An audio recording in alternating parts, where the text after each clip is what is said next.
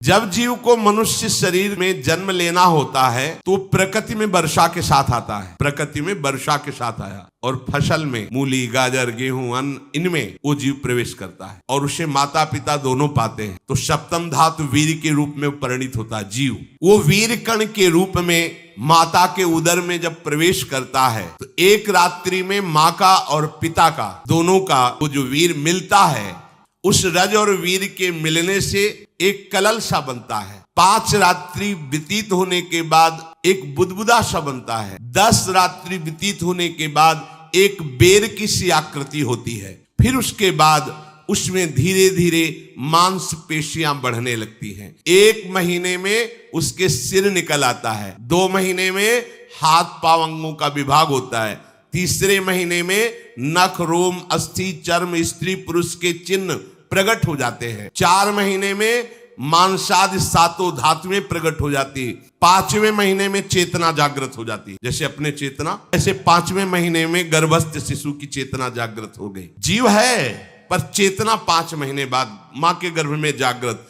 अब उसे भूख लगती है, प्यास लगती है, वहां की तापमयी जलन, पीड़ा, छोटे छोटे कीड़ों के द्वारा काटना। 6ठे मास में झिल्ली से लपटा हुआ मां की दाहिनी कोख में कीड़े की तरह तड़पता है। उस समय माता को कड़वे और खट्टे पानी की लालसा होती है, जिससे उसके अंगों में जाकर भयंकर जलन होती है। यह है भोग। वो कृमि कीड़े की तरह तड़पता है। मलमूत्र के गड्ढे में बीच में झिल्ली में बंधा हुआ वो जीवात्मा सुकुमार तो होता है, वहां के कीड़े उसे नोचते हैं छोटे छोटे, वो तड़पता। माता प्रसन्न होती कि जब बच्चा हिलता है। ऐसा क्लेश होता है कि क्षण क्षण में बेहोश होता रहता है। माता के खाए हुए कड़वे, तीखे, गरम, नमकीन, रूखे, खट्टे, यही पदार्थ पाने की इच्छा होती है माता, क्योंकि उसको भोग भोगना है। उसके भयानक पीड़ा होती है जब माता ऐसे पदार्थ खाती है। गर्भाशय की झिल्ली में लिपटा हुआ, आंतों और मलमूत्र से घिरा हुआ सिर, टिकी और पीठ और गर्दन एक कुंडलाकार ऐसे कंकण जैसा ऐसी आकृति गर्भस्थ शिशु की होती है। पिंजड़े में बंद पक्षी के समान पराधीन, ना तो वो हिलडुल सकता है ना बोल सकता है। बड़ा असमर्थ दुख को भोग रहा है। चेतना पूरी है।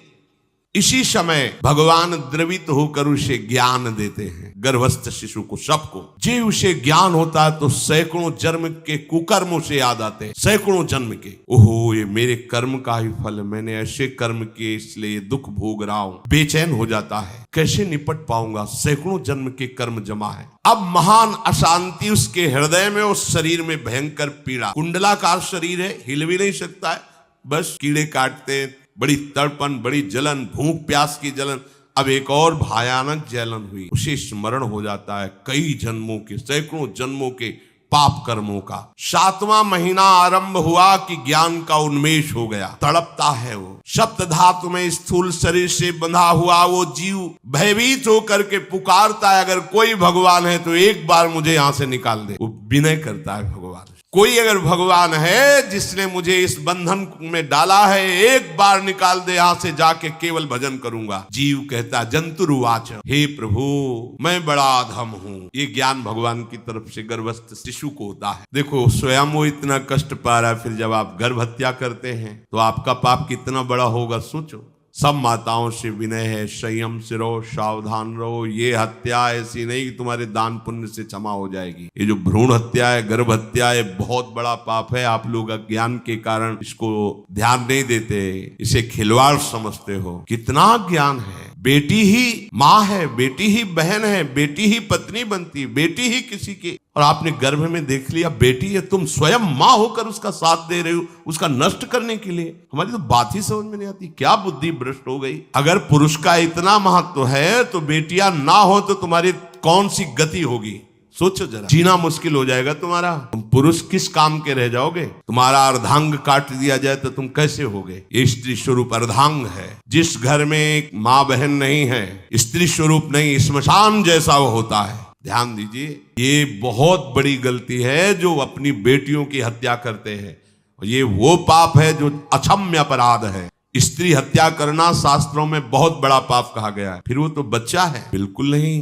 जिनसे हो गया है, श्रीमद् भागवत का सप्ताह मूल संस्कृत से सुनो और भगवान से प्रायश्चित प्रार्थना करो कि हे नाथ भूल से गलती हो गई, दूसरा कोई उपाय नहीं, ध्यान से समझ लीजिए। तुम्हारे भ्रूण हत्या, गर्भ हत्या के पाप को नष्ट करने में एकमात्र श्रीमद् भागवत समर्थ है, दूसरा कोई नहीं। कोई दान पुण्य तीर्थ स्नान तुम्हें क्षमा नहीं कर पाएगा। अगर हृदय में जलन करके और मूल संस्कृत के द्वारा पूरी 7 दिन में भागवत श्रवण की जाए नियम से, तो भागवत समर्थ है, इस हत्या के पाप से भी आपको मुक्त कर देगी। जिनके ऐसे हत्या हो गई हो करवा लो, नहीं तो बुद्धि आगे भ्रष्ट करके तुम्हें हरि गुरु से विमुख कर देगा। ये पाप ऐसा नहीं कि तुम्हें 2-4 माला, ये महत अपराध है। सबकी समझ में नहीं आता, समझ जाओ, नहीं तो आप जहां भी हो वहीं से भ्रष्ट कर देगा। ये अपराध नष्ट नहीं होगा, श्रीमद् भागवत की कृपा से नष्ट हो जाएगा। ये हमें बहुत विश्वास है। श्रीमद् भागवत साप्ताहिकी ये है ही महामहिम। प्रेत योनि को प्राप्त धुंधकारी को सीधे भगवत पार्षद स्वरूप देकर मूल संस्कृत एक भी श्लोक नहीं छूटना चाहिए। अगर साप्ताहिकी का पारायण हो तो इस भ्रूण हत्या, गर्भ हत्या से भी निवृत्ति मिल जाए। अब वो जीव भगवान को पुकारता है, मैं बड़ा नीच अधम हूं। भगवान, आपने जो मुझे गति दिखाई है तो मेरे कर्म के अनुसार ही है, आपका इसमें कोई दोष नहीं। हम लोग जब कष्ट भुगते तो भगवान से कहते हैं हमने तुम्हारा क्या बिगाड़ा? भगवान ने नहीं बिगाड़ा, तू खुद देख क्या बिगाड़ लिया अपना। करो पाप आचरण। अब देखो, हमने तो जीवन में कोई पाप नहीं किया और कितने गर्भ हत्या की है, कितनी खिलवाड़ समझे हो। ये बिल्कुल भयावह चीज है, आप लोगों को नहीं। हम बार बार इसीलिए कह रहे कि भयावह वस्तु है, तुम्हें बहुत ऊंचाई से घसीट के भ्रष्ट कर देगी। बहुत होश में हो, भूल के कभी ऐसा न करना जहां तक हमारी आवाज पहुंचे, जहां तक सुनाई दे। गर्भ हत्या मत करना, संयम से रहो। इसमें तीनों को बराबर दंड मिलेगा, गर्भ हत्या कराने वाला, गर्भ हत्या की प्रेरणा देने वाला और गर्भ हत्या में सहयोग देने वाला। जो औषधि डॉक्टर या जो भी, तीनों को दुर्गति होगी। ऐसा नहीं कि आप डॉक्टर हो तो आपको गर्भ हत्या करने का अधिकार नहीं। आप डॉक्टर हो दूसरे के शरीर को स्वस्थ करके निरोग करने के लिए, हत्या करने के लिए नहीं। कोई भी हमारा संविधान ऐसा आदेश नहीं करता कि आप गर्भ हत्या कर दो। ना भागवतिक और ना भारतीय संविधान ऐसा संविधान आदेश नहीं करता। अब वो जीव कह रहा है कि प्रभु मेरे योग्य ही है, आपने जो मुझे दंड दिया है। मैंने सुना है कि आपकी शरण में जो आता है आप उसकी रक्षा कर लेते। आपकी जो शरण में हो जाता है वो इस भूमि पर, भारत भूमि पर, विश्व पर निर्भय विचरण करता है, कोई उसे भय नहीं प्रदान कर सकता। प्रभु, इस माता के उदर में माया का रहस्य न जानने के कारण ऐसे कर्म किए कि मैं आ गया हूं, बहुत दुख पा रहा हूं। हे निर्विकार अखंड बोध स्वरूप परमात्मा, मैं बार बार नमस्कार करता हूं। प्रभु मेरे ऊपर कृपा कर दो, एक बार इस गर्भ से निकाल दो, मैं यहां से बाहर जाकर आपका निरंतर भजन कर। ये वादा करके आए हम प्रभु से। प्रभु ने करुणा करके हमें चांस दिया है मनुष्य शरीर। प्रभु मैं बहुत जन्मों से, इस समय स्मृति आ रही, देख रहा हूं कर्मों में भटकता रहा आपसे विमुख होकर के। ये जो मुझे अभी ज्ञान हो रहा है केवल आपकी कृपा से तत्कालिक है। तत्कालिक, एक तत्कालिक वैराग्य होता है, जैसे कथा सुनियो मन में आया कि अब तो भजन ही करना है। तत्कालिक है, स्थायी नहीं है। इसे स्थायी बनाओ। प्रभु आप अंतर्यामी हो, आप सब कुछ जान रहे हो। तीनों तापों की शांति के लिए भक्त जन आपका भजन करते हैं। देहधारी होकर जीव माता के उदर में मलमूत्र से रुधिर की झिल्ली में फंसा हुआ माता की जठराग्नि के ताप से जल रहा हूं। प्रभु एक एक क्षण में यहाँ विकल होकर केवल इंतजार कर रहा हूं कि किस समय मुझे यहाँ से निकाला जाएगा। दीन बंधु, यहाँ से कब मैं निकलूंगा। स्वामिन आप बड़े दयालु हो, आप जैसे उदार प्रभु ने मुझ गर्भस्थ शिशु को ये ज्ञान दिया। हे दीन बंधु, आप अपनी कृपा से प्रसन्न हो जाइए। प्रभु एक बार निकाल दीजिए, मैं ऐसा भजन करूंगा कि दोबारा संसार के दुख में नहीं आऊंगा। कपिल भगवान कहते हैं, हे माता, वो गर्भस्थ बालक शिशु भगवान से प्रार्थना करता है, भगवान का आदेश होता है, तत्काल प्रसव वायु धक्का मारती है। जे ही प्रसव वायु धक्का मारती तो उसको ऐसा भयंकर कष्ट होता है, जैसा पीछे लिखा है कि जैसे जिंदा किसी की चमड़ी उतारी जाए, ऐसा माँ के गर्भ से निकलते समय उसे कष्ट होता है। वो अत्यंत कष्ट से व्याकुल होता है। उसी समय उसका वो ज्ञान नष्ट हो जाता है जो भगवान ने दिया था। उस समय उसकी श्वास की गति रुक जाती, जैसे किसी का गला दबा दिया जाए तो कैसा लगे। पूरी की पूरी भागवती की स्मृति नष्ट हो गई। होश आया तब देखा कि वो बाहर पड़ा हुआ है। माता के गर्भवास में जो दिव्य ज्ञान प्रकट हुआ था भगवान की कृपा से, वो सब नष्ट हो गया। भूमि परत भा ढाबर पानी, तिम जीवे माया लपटानी। चेतन आई तो रोने लगा, वो ज्ञान कहां गया। वो ज्ञानदाता कहाँ गया? बोले थाली बजाओ, बच्चा हुआ है, मैं कह रहा था कि बाहर निकाल दो, मैं आपका भजन करूंगा, सब खत्म ज्ञान। जो लोग उसका अभिप्राय नहीं समझते, वो उत्सव मनाते हैं, बालक हुआ है, वो रो रहा है, वो कहाँ गया ज्ञान? कहाँ? छोटा बालक यही रोक कहता, कहाँ? अभी जो ज्ञान उत्पन्न हुआ था, जो अभी भगवान का बोध हुआ था, वो कहाँ गया? घर परिवार के लोग उसका पालन पोषण करते रहते हैं, उसमें कोई निषेध करने की शक्ति नहीं हो रही। मच्छर काट रहा है, उस जीव को शिशु अवस्था में जब कपड़ों पे लिपेट कर ऐसे लिटाया जाता है तो इतना कोमल त्वचा होती कि कपड़े भी उसको, जैसे खुजलाहट है, पीड़ा है या जलन है, बिल्कुल कोमल त्वचा हो, कुछ नहीं कर सकता, रो सकता है। ना खुजलाने की, ना करवट बदलने की, ना उठने की कोई सामर्थ्य नहीं। बड़ा कष्ट पाता है बाल्यावस्था में, क्योंकि त्वचा बड़ी कोमल होती, दास मच्छर आदि जीव उसको काटते हैं। इस प्रकार उसकी बाल्यावस्था कटी, कौमार अवस्था आई, पौगंड अवस्था, इनमें वो खिलवाड़ में फंस गया। जैसे जैसे बड़ा होता जाता, चेतना गुनगुना, अज्ञानवश इसकी ये अवस्था कट गई। बड़े भाग्यशाली ऐसे भी बच्चे हैं जो तुतला के बोलते हैं, उनकी मैया कहती राधा बोलो, राधा। देखो ये सौभाग्य, प्रणाम है उन माताओं को जो अपने बच्चों को भगवान नाम बुलाती हैं कि आप बोलो, श्री हरिवंश बोलो, राधे राधे बोलो। धीरे धीरे उसकी युवा अवस्था पहुंची। इस समय उसके अंदर एक भूत सवार होता है, जवानी का भूत है, ये सबके सवार होता है। अगर मंत्र चल रहा है तो भूत नहीं चढ़ेगा, नाम चल रहा है तो भूत नहीं चढ़ेगा, नहीं तो भूत चढ़ जाता है। ये कुछ भी करवा सकता है, भूत ही तो है ना। वैसे ही पंचभूत लिपट गए, ये ऊपर से जवानी का और भूत सवार हुआ तो जौवन ज्वर के ही नहीं बलकावा। जवानी में कोई भी ऐसा अपराध नहीं जो हो ना जाए। बड़ा भयानक इसमें स्वरूप होता है। इसमें केवल भोग एक ही दृष्टि रहती है, भोग भोगना। अज्ञानवश जब भोगों की प्राप्ति में बाधा पड़ती तो भयंकर वो क्रोध करता है, शोकाकुल होकर हिंसा कर बैठता है। जैसी घटनाएं सुनने को मिलती हैं, राक्षसी घटनाएं, ये भूत है जवानी का। जहां कामना में बाधा पहुंची, क्रोध में वो समझ नहीं पाता कि मेरे जैसा ही प्रिय शरीर उसका है जो मैं वर्ताव कर रहा हूं। जैसे जैसे देह बढ़ता जाता है, पुष्ट होता जाता है, वैसे वैसे भोग वासना और अभिमान बढ़ता जाता है। वो काम परवश होकर अपना नाश करना शुरू कर देता है। यौवन, वो फिर खोटी बुद्धि वाला वैसे ही पाप करने लगता है जिन पापों के कारण उसकी दुर्गति हुई थी, नरक आदि की, और मां के गर्भ में आया। देहाभिमान वश निरंतर मैं करूंगा, मैंने भोगा, मैं वो भोगूंगा। उसे ये ज्ञान नहीं रहता कि मैं वादा करके आया हूं कि भजन करूंगा और इस संसार से मुक्त हो जाऊंगा, भूल गया। इसी का नाम संसार चक्र है। अगर कहीं उसे सत्संग मिल जाए, सन्मार्ग में चल दे, तो माया भेजती है दो प्रकार के लोग उनको भ्रष्ट करने के लिए। एक जिह्वा रसेंद्री को, एक उपस्थेंद्री जनेंद्री के भोगों का समागम भेजती है। फ्री भोगो, ध्यान रखना, शास्त्र है, सत्य एक एक अक्षर है। जब किसी को सत्संग मिल जाता है तो सत्संग का प्रभाव होता है भगवत मार्ग में रुचि पैदा करना, प्रभु अच्छे लगना, प्रभु का नाम जप करना, सत्य मार्ग में चलना। जब तुम सतमार्ग में चलोगे तो दो प्रकार के लोग भेजे जाएंगे, बढ़िया हलवा, बढ़िया खीर, रबड़ी लो प्रभु,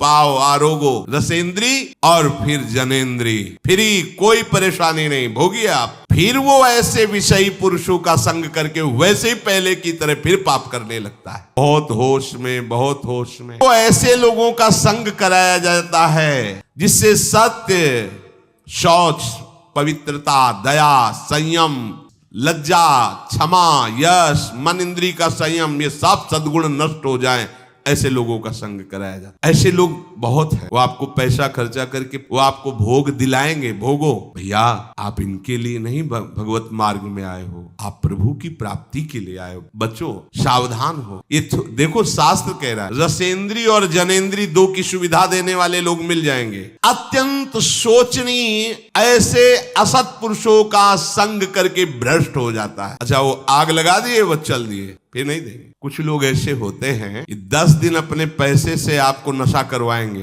पहले फ्री देंगे, आदत बिगड़ गई, ऐसे लोग मिलेंगे, फिर इसके बाद जूते चलाएंगे, गली में नहीं देखने देंगे। अब तुम्हारी वृत्ति बिगड़ गई, तुम उधर ही ताको, होश में। इस जीव को किसी और के संग से ऐसा बंधन, ऐसा मोह नहीं होता जैसा कामिनियों के संग से होता है। भगवान कपिल देव जी कह रहे हैं, कामी पुरुषों का, कामिनियों का संग जैसा परमार्थ भ्रष्ट करता है वैसा और किसी से नहीं हो सकता। इसलिए तुम इतना अपने को मत साधक समझ लो कि हमारा कौन बिगाड़ सकता है। उदाहरण में दे रहे हैं, स्वयं प्रजापति भगवान ब्रह्मा जी ने अपनी पुत्री को जब देखा प्रसंग, तो अपने को संभाल न सके। उनके रूप लावण्य और यौवन के स्वरूप को देखकर भगवान ब्रह्मा जी आकर्षित हो गए। इसलिए दूसरों की तो बात ही क्या है, हम सब ब्रह्मा के ही बनाए हुए हैं, वो आकर्षित हो गए। इसलिए हे माता, मेरी माया का बल देखो, जो अपने पैरों से विश्व को कुचल सकते हैं, ऐसे दिग्विजयों को अपने पैरों के नीचे कुचल दे, वो मेरी माया है। देखो, जो 10 दिशाओं पर विजय प्राप्त कर सकते हैं, उनको भी घुटने टिकवा दे, ये मेरी माया है। श्री भगवान कह रहे हैं, अहो मेरी इस माया का बल देखो। इसलिए जो मेरे को प्राप्त करना चाहता है, योगारूढ़ होना चाहता है, भजन में आगे उन्नति चाहता है, उसे चाहिए जो तुम्हें भ्रष्ट करने के लिए इशारे करे, चाहे स्त्री हो चाहे पुरुष। ये ताहि कोटि बैरिशम यद्यप परम सने, वो मित्र नहीं, वो माया के द्वारा भेजा हुआ दूत है। चाहे कोई भी हो, होश में तुम समझते हो कि बाजी जीत गए, भाग्य खुल गए, तरस रहे थे भोगों के लिए, मिल गए भोग। अरे नारकी गतियों से बचने के लिए तुम्हें अवसर मिला था, फिर नरक जा रहे हो। तुम समझते हो कि इसको भोग ले तो सुखी हो जाए, उसको जो भोग रहा है वो समझता है उसको भोग ले तो सुखी हो, उसको वो पूरी सृष्टि इसी भ्रम में फंसी हुई है।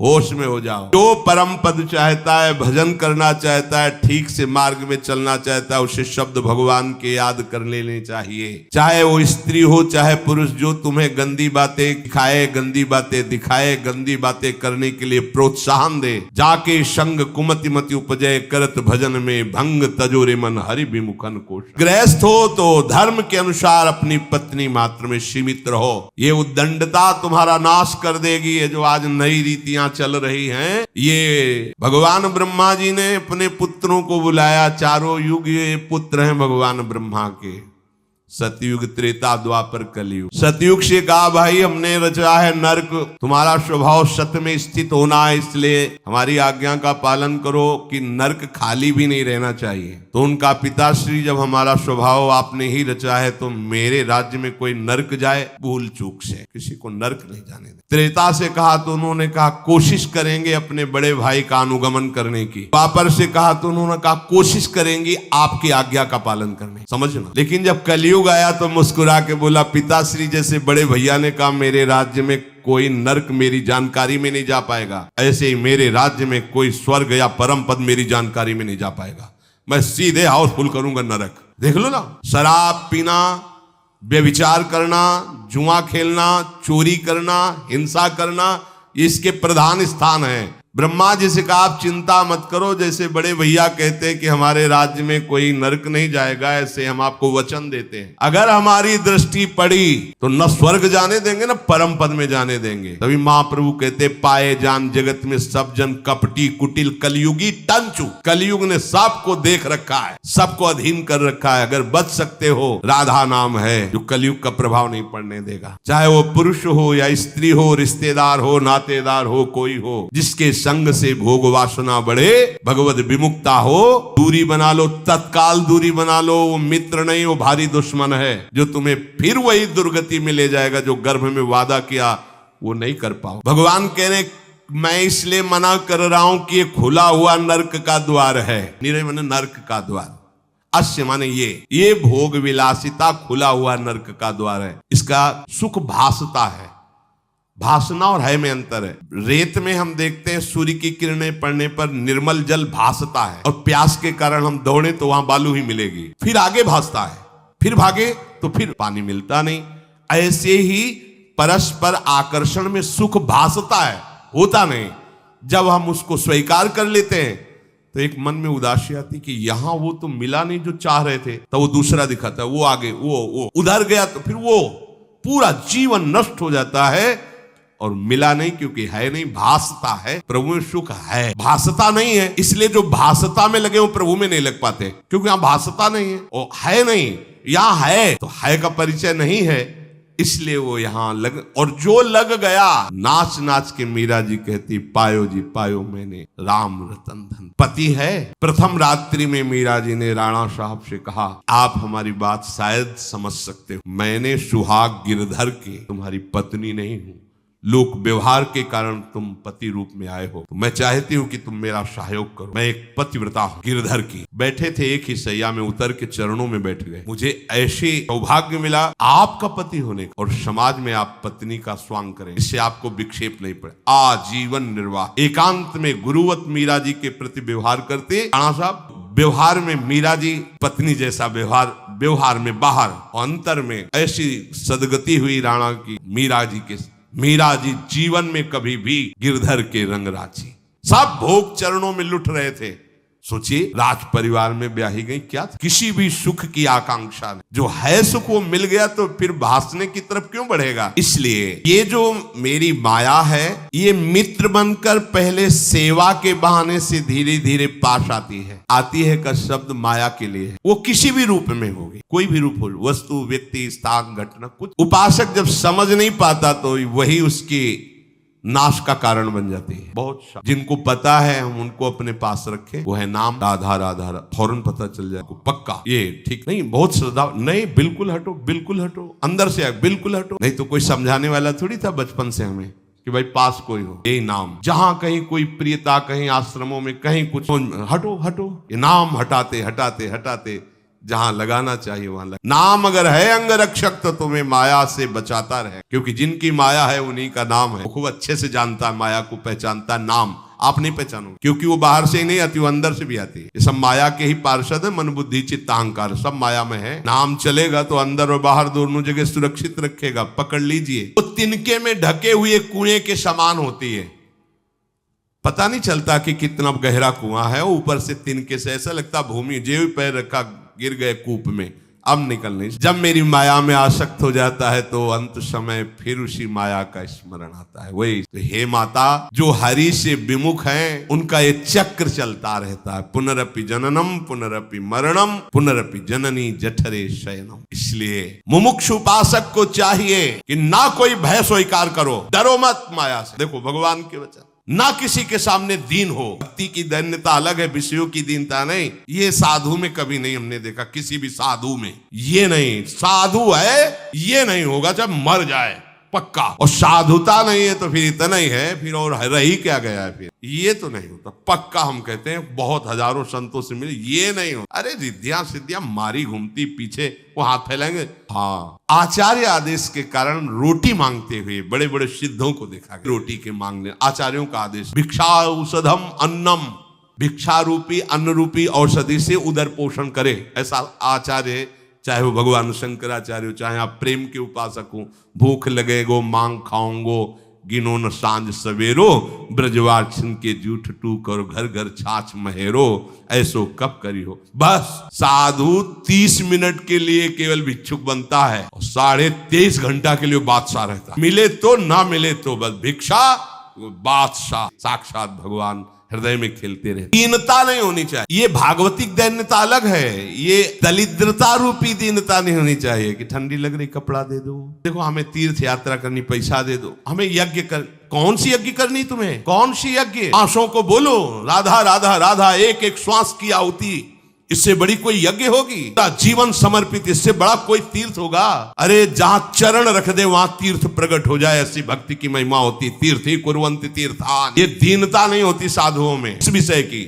ये दे दो बाबूजी, धिक्कार धिक्कार। जिसने बिना किसी सहयोग के 1 सेकंड में अनंत ब्रह्मांडों को रच दिया, वो हमारे स्वामी है। इसके बाद तुम ऐसे मांगते घूमो, कहां दासता रही। भय, जिसके भय से मृत्यु भी भयभीत होकर काम कर रही, जिसके भय से सूर्य चंद्र प्रकाशित हो रहे, जिसके भय से पृथ्वी जल में नहीं डूब रही, वो हमारा स्वामी है। फिर हमें भय किससे। मोह कोई शारीरिक संबंध से नहीं, माता पिता भाई बंधु नहीं। हमारा संबंध नाते नेह राम के मनियत सुरत सुदेव, जहां लो जितने भी संबंध है केवल आराध्य देव के संबंध से। ये सावधानी रख। इस माया में संसार से मुक्त होने का यही उपाय है।